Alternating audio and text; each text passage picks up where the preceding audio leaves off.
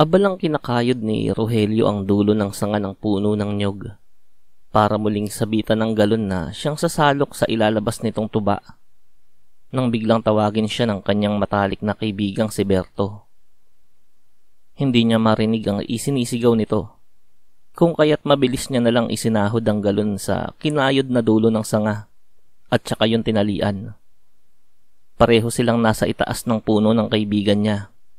Sa bawat puno kung nasaan sila ay may nagdurugtong na mahahabang kawayan na nagsisilbing tulay para makatawid sila mula sa puno kung nasaan sila, papunta sa isa pang puno. Agad niyang binaybay ang kawayang yon para makalapit sa kaibigan at marinig kung ano ang isinisigaw nito. "Oh, ano ba yun, pre?" "Ang sabi ko, kakain na," sambit ni Berto, sabay nguso sa ibaba. Naroon na pala ang nakababatang kapatid ni Berto na si Talia. Sa taglay nitong ganda, kaputian, at perpektong hubog ng katawan, ay talaga namang napakaraming kalalakihan ang nahuhumaling dito. Maging sa kanilang baryo man o sa paaralan ay pila ang mga nagpaparamdam ng pag-ibig at paghanga sa dalaga. 17 anyos pa lamang kasi ang dalaga pero dalagang dalaga na ang itsura nito. Nabiyayaan kasi ito ng malalaki at bilugang harap na talaga namang nagmamalaki at kapansin-pansin kapag ito ay naglalakad. Wala nga lang talagang lalaki ang nagtatangkang umakyat ng ligaw sa bahay ng dalaga. Mahigpit kasi ang ama nito na si Mang Ernesto. Kumalat kasi ang balita sa lugar nila nung minsang may isang binata ang nangharana sa kanilang bahay. Ang ginawa ni Mang Ernesto ay hinabol ng itak ang lalaki. Mabuti na lamang at mabilis yung tumakbo, kung kaya naman hindi nahabol ng tatay ng dalaga. "Nako, mukhang marami na naman ang baong pagkain ang ipinadala sa'yo ng kapatid mo ah. Hindi ka pa nasanay dyan sa kapatid kong yan. Talagang dinadamihan niya ang pagkain na ihahatid sa akin para nang sa gayon ay makasabay ka na sa panghalian. Alam mo naman na malaki ang pagkakagusto sa'yo ng kapatid kong yan eh." "Pre naman, sa tingin mo ba talaga ay may gusto sa akin yung kapatid mo? Baka naaawa lang yan sa akin dahil alam mo naman, mahirap lang ako. Isang kahig, isang tuka. Mabuti na nga lang at isinasama mo ko rito sa tubaan nyo eh. Kung kahit may naidaragdag ako sa iniipon ko papuntang Maynila." "O siya. Sige na. Alam ko na ang susunod na mangyayari eh. Kukwentuhan mo na naman ako tungkol dyan sa pangarap mo na makapunta ng Maynila para doon magtrabaho. Halika na nga at bumaba na, nang makakain na tayo." Iyon na lamang ang panapos na wika ng kaibigan niyang si Berto, bago sila bumaba ng puno at kumain ng pananghalian. Sa tagal kasi ng pinagsamahan nilang magkaibigan ay makailang beses na nitong narinig ang patungkol sa pangarap nito. Dahil nga marami ang inihatid na baon ni Talia sa kanyang kuya Berto ay sumabay na rin itong kumain sa dalawang binata. Kapansin-pansin ng mga panakaw na tingin ni Talia sa kanya. Hindi naman siya manhid para hindi maramdaman na talagang tinatangi siya ng dalaga. Simula pa noong mga bata pa ang mga ito. "Hoy pre, halimbawang liligawan mo tong kapatid ko, sana ipagtapusin mo muna ng pag-aaral yan sa kolehiyo ha. Iyan na lang kasi ang pag-asa ni tatay na magkaroon ng anak na nakapagtapos sa kolehiyo." "Oh, bakit naman sa akin napunta ang usapan? Kasalanan mo yan pre. Pinag-aaral ka ni Mang Ernesto pero hindi mo tinapos." Anong magagawa ko? Maaga nga akong umibig. Di naman ako nagsisisi. Tingnan mo naman yung inaanak mo sa akin. Hindi ba't napakagwapo? Manang-mana sa akin. Ay sus, ang sabihin mo sa nanay mo nagmana yung anak mo. Kitang-kita naman eh, kamukhang kamukha ni Aling Hilda. Kaya napakagwapo ng inaanak ko. Ibig mo bang sabihin ay pangit ang tatay ko? Ikaw ang nagsabi niyan. Sabay na nagtawanan ng dalawang magkaibigan. Nakitawa na lang din si Talia na hindi pa rin bumibitaw sa pagkakatitig kay Rogelio. 21 anyos na si Rogelio. Galing siya sa isang mahirap na pamilya. 16 anyos pa lamang siya nang pumanaw ang kanyang ama dahil sa sakit sa baga. Wala siyang pagpipilian kundi ang huminto sa pag-aaral nang ma-graduate ng high school. Kailangan niyang maagang magtrabaho para may maipakain sa kanyang pamilya, sa kanyang pinakamamahal na ina at sa dalawa niyang nakababatang kapatid na siya na rin ang nagpapaaral. Bukod sa maiahon ng pamilya niya sa kahirapan ay mayroon pa siyang dalawang pangarap. Una ay ang makapunta sa Maynila, doon magtrabaho at mag-ipon. At kapag may sapat na siyang ipon ay babalik siya sa probinsyang yon para sa pangalawa niyang pangarap, ang maging asawa si Talia. Oo, gusto niya rin si Talia, pero pilit niyang itinatago ang pag-ibig niya para sa dalaga. Una ay napakabata pa nito. Gusto sana niya ay makatungtong ito sa wastong gulang at makapagtapos muna ng pag-aaral bago siya magtapat ng kanyang nararamdaman para rito. Nahihiya kasi siya sa nakatatandang kapatid nito na matalik niya pang kaibigan na si Berto. Alam niyang sa loob-loob ng matalik niyang kaibigan ay gusto rin nitong makapagtapos ang kapatid at hindi tumulad dito na nakapag-asawa ng maaga kung kaya't hindi nakapagtapos. Isa pa sa dahilan kung bakit di niya pinahahalatang gusto niya ang dalaga ay ang agwat ng kanilang pamumuhay. Siya ay isang kahig at isang tuka. Kumikita lang siya ng pera sa pagtitinda ng mga kakanin sa harap ng eskwelahan ng mga bata at pagsama sa trabaho sa tubaan. Samantalang si Talia ay anak ni Mang Ernesto at Aling Hilda na nagmamay-ari ng tubaan, koprahan, palaisdaan at taniman ng mga mais sa kanilang lugar. Ayaw niyang isipin ng mga magulang ng dalaga at ng kanyang matalik na kaibigan na kaya niya liligawan ng dalaga ay para sa mga mamanahin nitong negosyo. Nang matapos makapananghalian ng tatlo sa ilalim ng mayabong na puno ng mangga ay nagpaalam na ang dalaga para umuwi. Talia, maraming salamat sa pananghalian ha. Napakasarap mo talagang magluto. Pasasalamat ni Rogelio sa dalaga. Napakatamis ng pagkakangiti ang itinugon ng dalaga na halatang halata ang pagkakakilig bago tumalikod at umalis. Hoy pre, kapatid ko yan. Pagtapusin mo muna ng pag-aaral bago mo landiin. Sige ka, lagot ka kay Papa. Sambit ng kanyang matalik na kaibigan, sabay akbay ng mahigpit sa kanya. Tanging ngiti lamang ang itinugon niya rito, bago sila bumalik sa pagtatrabaho sa tubaan. Pagsapit ng araw ng Lunes ay simula na ang unang araw ng pasukan sa kolehiyo. First year college na si Talia sa kursong kinuha niya para maging isang guro. Subalit sa halip na ngiti at pananabik ang maramdaman nito ay nakabusangot ang mukha ng dalaga. Papaano ba naman? Ay gusto ng ama nito na mayroon pang maghahatid sa kanya at susundo sa eskwelahan sa bayan. Hindi naman po pwede ang kanyang kuya Berto dahil abala ito sa pagtatrabaho at pamamahala sa kanilang tubaan. Anak, huwag ka nang bumusangot dyan. Para sa iyo rin naman ang kagustuhan kong may maghatid sa iyo at sumundo. Sa ganoong paraan ay masisiguro ko ang kaligtasan mo. Pero itay, hindi na ako bata. Nakakahiya naman sa mga magiging kaklase ko kung palaging may nakabuntot sa akin sa tuwing papasok at uuwi ako galing eskwela. Basta, ako ang tatay mo kaya ako pa rin ang masusunod. Teka, nasaan na ba yung magaling mong kuya at kanina pa wala? Baka mahuli ka sa pagpasok niyan sa eskwela eh. Bago pa man tuluyang uminit ang ulo ni Mang Ernesto ay dumating na nga ang kanyang panganay na anak na si Berto.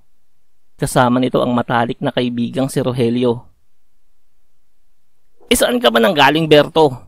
Alam mo nang unang araw ng kapatid mo sa kolehiyo at kailangan mong ihatid ay kung saan-saan ka pa nagpupunta? Itay, sinabi ko naman sa inyo na masyado akong abala sa tubaan natin eh. Kailangan ng tagabantay ng mga tauhan natin. Paano kung may gumawa doon ng kalokohan? Sinong maghahatid dito sa kapatid mo? Baka mamaya ay lapitan to ng kung sino-sinong lalaki dyan at maligawan. Magaya pa to sa'yo na maagang lumandi, hayop ka. Sa oras na yun ay mas bumusangot pa si Talia dahil sa labis na paghihigpit sa kanya ng kanyang ama. Si Berto naman ay napangiti, sabay hila sa matalik niyang kaibigang si Rogelio. Si Rogelio po tay, siya po ang bahalang magatid at sumundo kay Talia sa paaralan sa bayan. Kilala nyo naman po ang pagkatao nitong kaibigan ko tay, di ba? Mapagkakatiwalaan to. pagbibida ni Berto sa matalik niyang kaibigang si Rogelio. Dahil sa narinig sa kanyang kuya ay napawi ang pagkakabusangot sa mukha ni Talia. Hindi nito malaman kung papaanong pigilin ng ngiti at pagkakakilig na nararamdaman. Subalit nang marinig ang sinabi ni Rogelio ay bumakas ang lungkot sa kanyang puso. Mang Ernesto, pasensya na po. At hindi ko po maaring maihatid at masundo si Talia. Sa umaga po kasi ay nagtitinda ako ng kakanin sa harap ng paaralan ng mga bata eh. Sa hapon naman po ay nagtatrabaho ako sa tubaan nyo. Paliwanag ng binata sa ama ni Talia. Ganito na lang. Kung magkano ang kinikita mo sa pagtitinda ng kakanin ay tutumbasan ko. Di mo na rin kailangang kumpletuhin ang oras ng pagtatrabaho mo sa tubaan. Pero kumpleto pa rin ang matatanggap mong sahod. Ayos na ba yon? Litanya ni Mang Ernesto. Sa isip kasi nito ay maaari niyang maipagkatiwala ang kanyang dalagang anak sa binata. Kilala niya kasi ang binatang iyon mula pagkabata nito. At matalik pa itong kaibigan ng kanyang panganay. Lumaki itong mabuting tao, masipag at marangal. Kailanman ay hindi iyon na pabalitang sumali sa anumang gulo o kalokohan. Nang marinig ni Rogelio ang alok ni Mang Ernesto ay mabilis na itong pumayag. Iniisip niyang pabor sa kanya ang alok nito. Pwede niya na kasing ipagkatiwala ang pagtitinda ng kakanin sa harap ng eskwelahan ng elementarya sa kanyang ina para hindi na nito kailangang tumanggap ng mga labada. Siya naman ay magbebenta rin ng kakanin sa harap ng eskwelahan sa kolehiyo sa bayan habang hinihintay ang uwian ni Talia. Hindi niya na rin kailangang gumugol ng mahabang oras sa pagtatrabaho sa tubaan dahil kumpleto naman ang ipapasahod sa kanya ni Mang Ernesto. Sa ganoong pagkakataon ay madaragdagan ng kanyang ipon na kinakailangan niya para makaluwas sa Maynila at makipagsapalaran.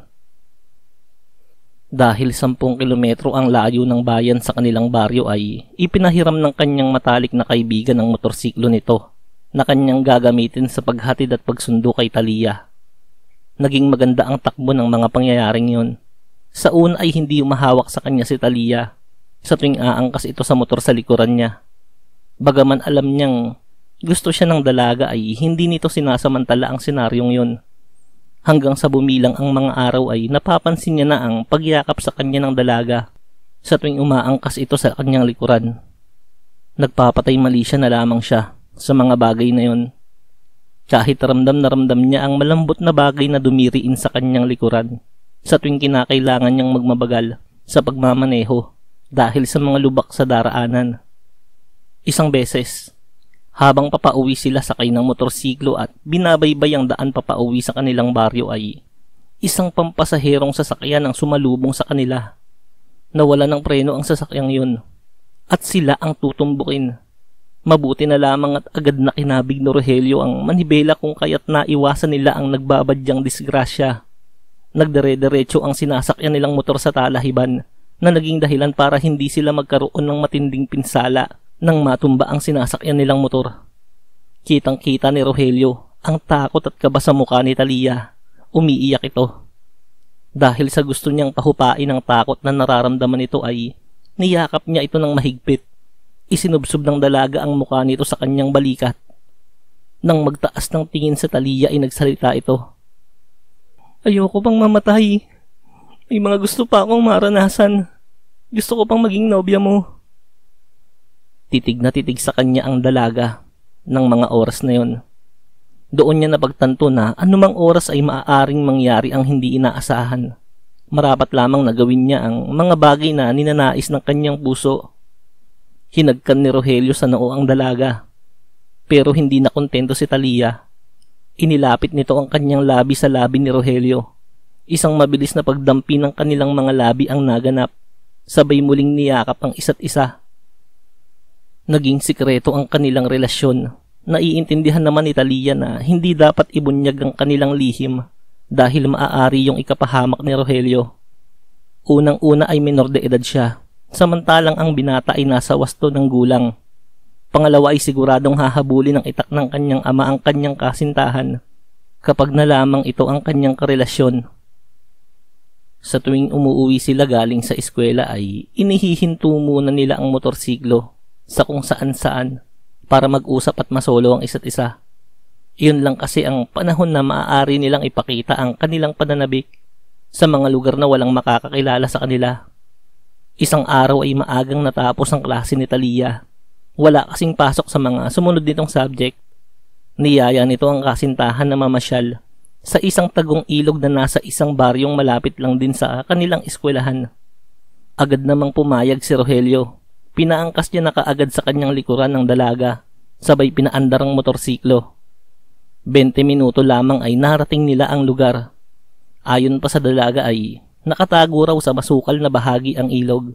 Mabilis sinila ni Talia ang kanyang kamay, sabay patakbong pumasok sa kasukalan. Namangha si Rogelio sa ganda ng ilog na yon. Napakapayapa ng tubig. Napakalinaw na para bang hindi talaga pinupuntahan ng mga tao. Nagulat na lamang siya nang biglang magtanggal ng lahat ng baluti ang dalaga. Sabay mabilis na talon sa ilog. Ano pang hinihintay mo, mahal? Tara na! Magtanggal ka na ng mga dapat tanggalin at lumublob ka na rin dito. Sambit sa kanya ng dalaga habang nagtatampisaw sa tubig. Sa isip-isip ni Rogelio ay mukhang pinagplanuhan siya ng dalaga. Wala nang nagawa si Rogelio, kundi magtanggal na rin ng mga baluti. Walang itinira kahit isa. Sabay talon sa ilog. Banayad na lumangoy papalapit sa kanya ang dalaga. Mahigpit itong yumakap sa kanya. Kahit na sobrang lamig ng tubig ay nag-init ang kanilang mga katawan. Papaanong hindi iinit? Walang kahit anong sagabal ang namamagitan sa pagdidikit ng kanilang mga balat. Ramdam ni Rogelio ang pagtindig ng kanyang pagkatao. Batid niyang nararamdaman din yun ng dalaga. Pero sadyang sinisiksik pa nito ang bagay na yun sa suksukang tinataglay nito. Habang nakababad sa malamig na tubig ay nangyari na nga ang bagay na yun sa kauna-unahang pagkakataon. Isinuko sa kanya ni Talia ang pinakaiingatan nito. Bagaman gumuhit sa mukha ng dalaga ang hapdi ay pareho nilang naabot ang dulo. Saksi ang mga puno't halaman ng lugar na yon sa kanilang pag-iisa. Ikinubli ng kasukalang yun ang labanan ng dalawang damdaming matagal nang nananabik sa isa't isa. Nagpatuloy ang lihim na relasyon ng dalawa. Sa tuwing may mga bakanting oras ang dalaga ay sinasadya nila ang lugar na yon para malasap ang isang bagay na ninanais maranasan ni Numan. Nahinto lamang ang pagpunta nila doon nang sumapit ang bakasyon. Balik muna sa pagtatrabaho ng 8 oras si Rogelio sa tubaan. Samantalang si Talia naman ay walang humpay ang paghahatid ng baong pagkain para sa kanyang nakakatandang kapatid na si Berto at syempre para na rin sa kanya. Pre, parang napapansin ko nag-iba ng pakikitungo mo sa kapatid ko ah. Dati-rati hindi mo yun pinapansin kahit anong pangungulit nun sa'yo eh.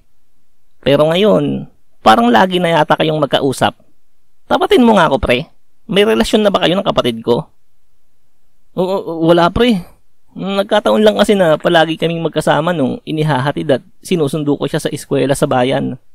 Kaya ayun, nakasanayan ko nang kausapin siya. Pre, sinasabi ko lang sa'yo ha. Halata namang patay na patay sa'yo yung kapatid ko eh. Pero kung sakaling gusto mo na rin siya, sana ipaabutin mo muna siya sa 8 gulang at hanggat maaari ay patapusin mo muna ng pag-aaral. Seryoso ang mukha ng kanyang matalik na kaibigan habang sinasabi yun. Marahil ay nag-aalala lang din sa nakababatang kapatid. Hindi na lamang kumibo si Rogelio at ipinagpatuloy ang pagtatrabaho sa itaas ng puno ng niyog. May parte sa loob nito ang pagkakonsensya dahil maaga niyang nakuha ang iniingatan ni Talia kahit hindi pa ito umaabot sa hustong gulang. Isang araw ay maagang gumising si Rogelio dahil nga hapon pa ang trabaho nito sa tubaan at ang nanay niya naman ang siyang nagtitinda na ng kakanin ay naisip niyang umekstra sa pagkatay sa katayan ng isa sa mga kapitbahay niya. Pero laking gulat niya nang paglabas niya ng pinto ng bahay ay bumungad sa kanya ang nakatayong si Talia. Kumain ka na? Halika't doon ka na kumain sa bahay. Sambit ng dalaga. Nagulat naman si Rogelio at maya't maya ang pagsilip sa kanyang ina na nasa loob ng kanilang bahay. Bakit nandito ka, mahal? Baka mahalata tayo. Bakit? Wala namang masama ah. Sa amin ka naman nagtatrabaho. Kaya't pwede kong idahilan na tungkol sa trabaho mo ang ipinunta ko rito. Ikaw talaga. Sambit ni Rogelio. Masama ang tingin nito sa kasintahan. Pero maya-maya lamang ay sabay silang nagtawanan. Mabilis na dinampian ni Talia ng mabilis na halik sa pisngi ang binata. Kabado na namang nagpalinga-linga sa paligid ang binata at nangangamba na baka may nakakita. Oo nga pala, mahal. Kaya pala ako nagpunta rito para sunduin ka. Sa amin ka na mag-almusal. Sina Itay, kuya at ang pamilya nito ay nasa palaisdaan dahil ngayong araw ang pagpapakawala ng similya ng mga isda. Hapon pa ang balik ng mga yon. Kaya ano bang inihintay mo? Tara na. Nakangiti siyang hinila ng dalaga sa kamay para yakagin. Gusto rin sana niyang maglakad sila ng dalaga na magkahawak ang kamay. Pero agad niyang tinanggal ang pagkakahawak ng dalaga. Nauunawaan naman yun ni Talia. Bagaman naiintindihan niya na dapat ay walang makakita sa lambingan nila ay nakabusangot pa rin ang mukha nito habang sabay silang naglalakad ng kanyang kasintahan papunta sa bahay nila. Pagpasok nga nila ng bahay nila Talia ay mapapansin nga na walang mga tao roon. Marahil ay inutusan din ni Talia ang ilan sa mga tauhan nito para pansamantalang umalis ng bahay. Hinila si Rogelio ng kanyang kasintahan papunta sa kwarto nito. Mahal, pasensya ka na. Hindi ko na kasi kayang hintayin pa ang pasukan para magawa ulit natin to Ano ka ba, mahal? Baka mahuli tayo. Hindi yan, mahal. Bibilisan naman natin Iyon na ang huling sinabi ni Talia. Para itong nababaliw dahil sa labis na pananabik sa kanya. Dinaig pa nila ang mga kuneho sa mabilisang aksyon na kanilang ginawa sa loob ng kwarto ng dalaga. Ilang saglit lamang ay pareho nilang naabot ang dulo na nagpawala ng kanilang mga lakas. Kapwa sila nakangiti nang sabay na lumabas ng kwarto ng dalaga. Pero paglabas nila ng pinto ay para silang binuhusan ng malamig na tubig nang makitang nakatayo sa kanilang harapan si Berto, ang nakakatandang kapatid ni Talia at matalik niyang kaibigan. Nakatayo rin sa tabi nito ang isa sa mga tauhan ni Mang Ernesto na nakasimangot ang mukha dahil sa nasaksihan. Anak nang! Anong ibig sabihin nito, Rogelio? Sa kauna-unahang pagkakataon ay tinawag siya ng kanyang matalik na kaibigan sa kanyang pangalan. Indikasyon ng nararamdaman nitong galit. Teka lang, pre. Magpapaliwanag kami. Ikaw, lumabas ka muna ng bahay. Huwag ka munang papasok. Utos ni Berto sa katabi niyang tauhan. Nang tumalima sa kanya ang tauhan ay muli nitong hinarap si Rogelio at Talia. May nangyari na ba sa inyo?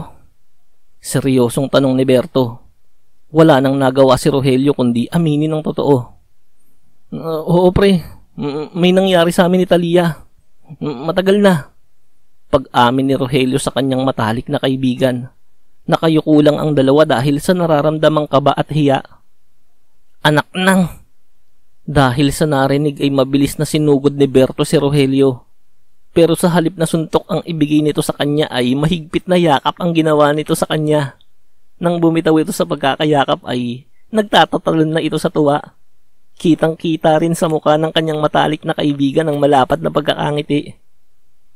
Bakit naman hindi mo sinabi sa akin kaagad? Pre naman best friend mo ko Pasensya ka na, kuya. Si Talia na ang sumagot sa pagkakataong yon. Hoy Talia, mali pa rin yung ginawa mo Masaya lang ako dahil si Rogelio ang naging nobyo mo.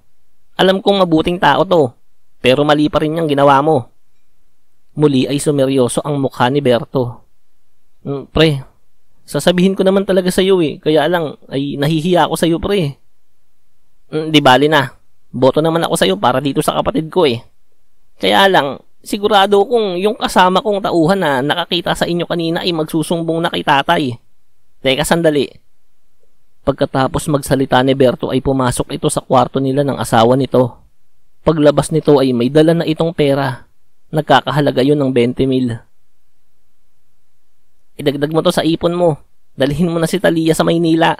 Sigurado kong tatagain ka ni tatay kapag naabutan ka pa niya. Maraming salamat, pre. Asahan mong aalagaan kong maigi ang kapatid mo. Tsaka na yung mga pangako, umalis na kayo.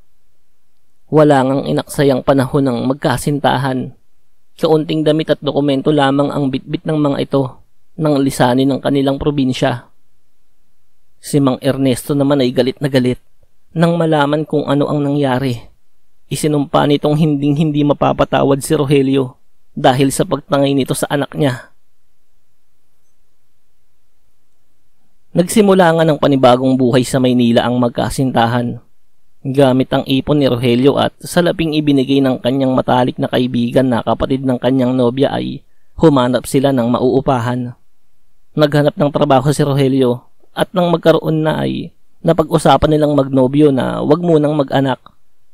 Pinagtapos muna ni Rogelio ng pag-aaral si Talia. Hindi na pagiging guro ang kinuha nito, kundi patungkol na sa pagninegosyo. Si Rogelio naman ay nagtayo ng maliit na junk shop. Sinuwerte at lumago ang negosyo niyang yun dahil sa kanyang kasipagan. Nakapagpatayo sila ng bahay sa Maynila. Nakakapagpadala rin ng pera ang dalawa sa kanilang mga magulang sa tulong ni Berto na matalik na kaibigan ni Rogelio na nakakatandang kapatid ng kanyang kasintahan. Sadyang ang umunlad ang pamumuhay ng dalawa dahil sa kanilang sipag at pagtutulungan. Bumalik sa probinsya ang dalawa para hingin ni Rogelio ang kamay ng dalaga sa ama nitong si Mang Ernesto para mapakasalan. Imbis na galit ng mga magulang ni Talia ang sumalubong sa mga ito ay masayang Ernesto at Aling Hilda ang kanilang nadatnan. Labis-labis ang pasasalamat nila kay Rogelio dahil hindi nito pinabayaan ang kanilang anak na babae. Halos mas itinuturing pang ang anak ni Mang Ernesto si Rogelio kesa sa anak niyang si Talia kung asikasuhin nito ang binata. Naging masaya ang araw ng kanilang pagbabalik sa probinsya. Nagkaroon ng handaan sa bahay ng dalaga. Naroon ang lahat ng kanilang kamag-anakan para makisaya. Sa kalagitnaan ng kasiyahan ay nilapitan ni Rogelio ang matalik niyang kaibigan na si Berto, na kapatid ng kanyang kasintahan. Pre, maraming salamat sa pagsuporta mo sa relasyon namin ng kapatid mo ha. Simula pa ng umpisa. Ano ka ba naman pre? Kilala kasi kitang mabuting tao kaya pumayag ako. Pero kung ibang lalaki yun, baka ako pa ang humabol ng taga roon eh. Basta, maraming salamat. Oo nga pala, di ba binigyan mo kami ng 20 mil nung araw na yon? Oo, natatandaan ko yun. Kahit marami ka ng pera ay hindi naman kita sisingilin eh. At hindi ko rin naman talaga balak bayaran. Sabay silang nagtawanan. Nang humupa ang kanilang tawa ay inabot ni Rogelio ang kamay ni Berto at may ibinigay. Eto pre, ang regalo namin sa'yo ni Talia. Malaki ang utang na loob namin sa'yo. Nang tignan ng matalik niyang kaibigan ang bagay na yun ay napagtanto niyang susi yun ang sasakyan. Masayang magkaakbay ang magkaibigan, pabalik sa kasiyahan. Naging enggrande ang kasal ng magkasintahan. Ang parehong partido ay buo ang suporta sa dalawa. Lahat ng galit ay nabura na. Puro pagmamahal na lang ang namutawi.